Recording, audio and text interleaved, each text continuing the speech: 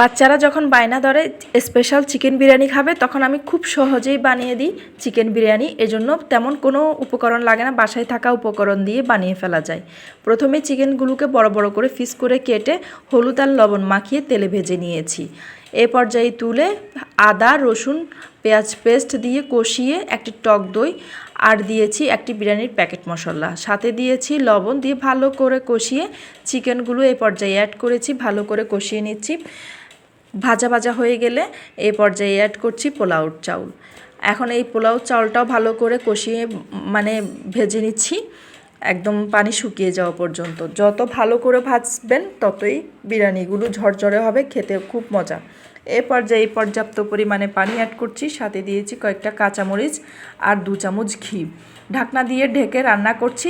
তারপর পানি শুকিয়ে গেলে এ পর্যায়ে কিছুটা গুঁড়ো দুধ আর পেঁয়াজ বেরেস্তা 2 চামচ গোলাপ জল দিয়ে 10 মিনিট ঢাকনা দিয়ে ঢেকে রাখলেই তৈরি হয়ে যাবে মজাদার